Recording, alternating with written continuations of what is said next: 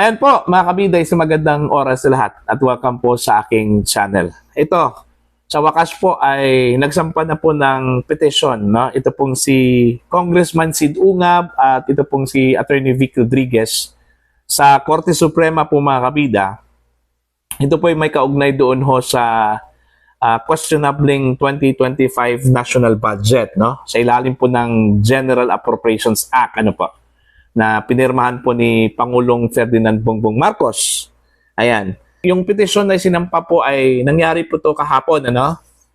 Isinampa po nila ito sa Korte Suprema. Ano pong pakay po ng pagsampa po ng kaso, no?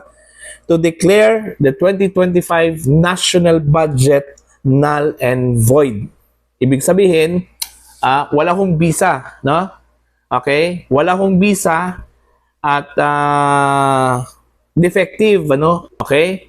So, meron pong joint statement, mga kabida. Ito pong si Congressman Sid Ungab at saka ito pong si Attorney Rodriguez doon ho sa kanilang pagsampa po ng petisyon sa Korte Suprema kahapon, ano po. Babasahin ko lang po itong kanilang joint statement at ipa-flash ko sa screen para po masundan po ninyo, mga kabida, ito hong pagbabasa ko po ng kanilang joint statements. Ito.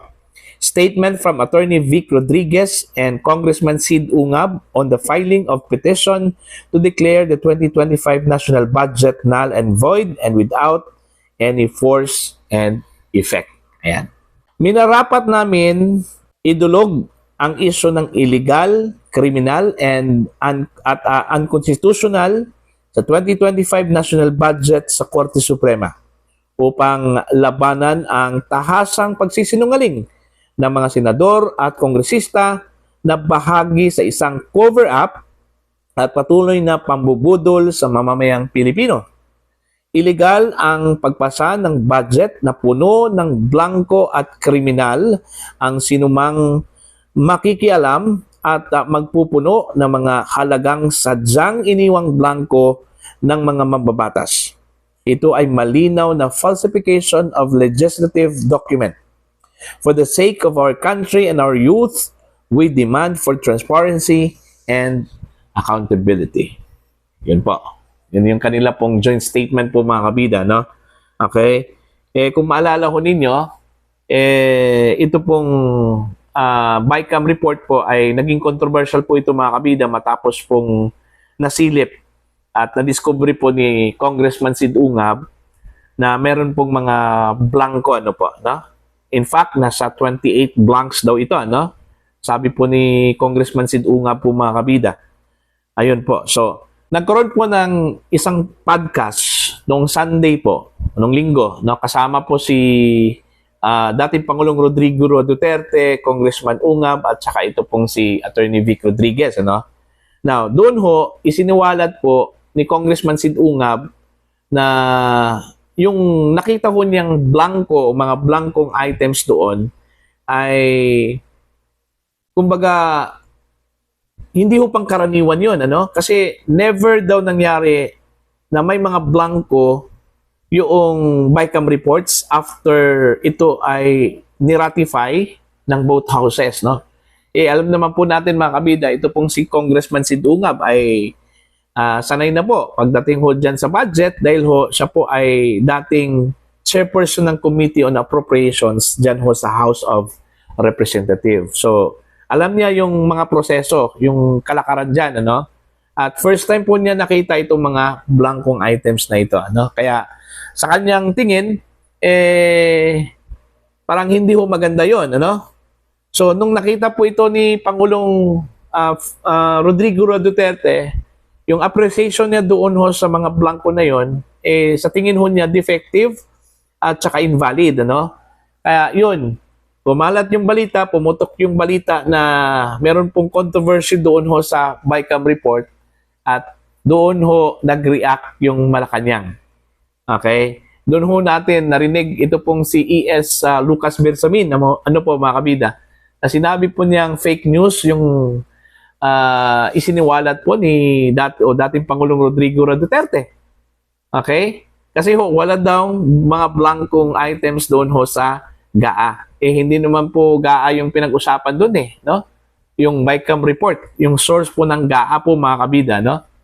Now, ito pong si Pangulong Marcos, naglabas din ng kanyang statement at ang sabi po niya, sinungaling daw itong si dating Pangulong Rodrigo Duterte, and it turned out pala na totoo pala yung mga blanco na yon, ano, doon ho sa BICAM reports, ano?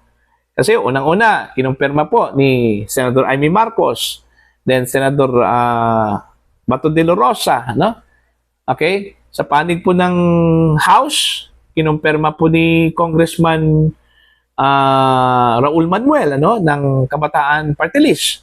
At later po, bago lang po, kinumpirma po ni Congresswoman Stella Kimbo na meron talagang mga blanco. Pero yung mga blanco daw na yon ay tukoy na yung mga budget, no? At inayos na po daw bago po ito nakarating doon ho kay Pangulong Ferdinand Bongbong Marcos.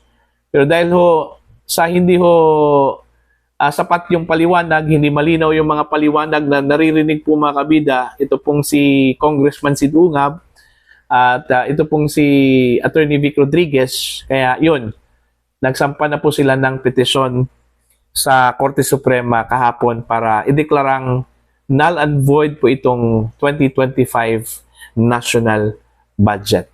Ayan po. So, titingnan na lang po natin mga kabida kung ano yung magiging ending po dito ho sa petisyon na ito. Ano po, no? Kung papaboran po ito ng Korte Suprema, ano kayang mangyari doon ho sa budget po natin? Ano? Okay? Ibig hubang sabihin na babalik ko tayo doon ho sa reenacted budget kung sakali hong idedeklara, no? Sakali kung sakali hong idedeklara po ng Korte Suprema mga kabida, ito pong 2025 budget natin na null and void. Ayan. So, antayin na lang po natin yung magiging resolution po ng Korte Suprema ho dito. Pero in the meantime, hindi talaga mawawala yung mga duda o pagdududa po ng taong bayan, ng ating mga opisyal po ng gobyerno doon ho sa milagro na nangyari dyan ho sa BICAM reports o BICAM report po mga kabida. Okay? Dahil hanggang sa ngayon, hindi pa natin din alam kung sino talaga yung nag-fill in. Ano? Hinahanap pa po ng mga opisyal po ng gobyerno, ng mga kritiko po ng gobyerno, kung sino talaga yung nag-fill in. Kung ang nag-fill in po ay yung mga technical staff, ang tanong, sino ho yung nag-utos doon ho sa pag-fill in? Kasi ang sabi po ni Congressman Sid Ungab, yung ipinakita po niyang ebidensya po mga kabida na may mga blankong items doon, approve na yon, no, sa BICAM. Meaning, approve sa BICAM, ni-ratify po ng House of Representatives, ni-ratify po ng Senate po yon. Okay? So, after doon ho sa ratification po ng BICAM report, hindi po pa na ayos yung mga blanco na yon, no? Kaya nga, ang duda po ni Congressman Sid Ungab, yung pag-ayos po ng blanco, mula doon ho sa pagkatapos po ng ratification, hanggang doon ho sa pagpirma po ng Pangulong Ferdinand Bongbong Marcos. Okay? Baka doon ho nangyari yung pag-fill up o fill in po ng mga blanco po mga kabida. Okay? In between doon ho sa ratification and the signing of the enrolled bill, ano, para maging batas po mga kabida bilang 2025 General Appropriations Act. Ano po.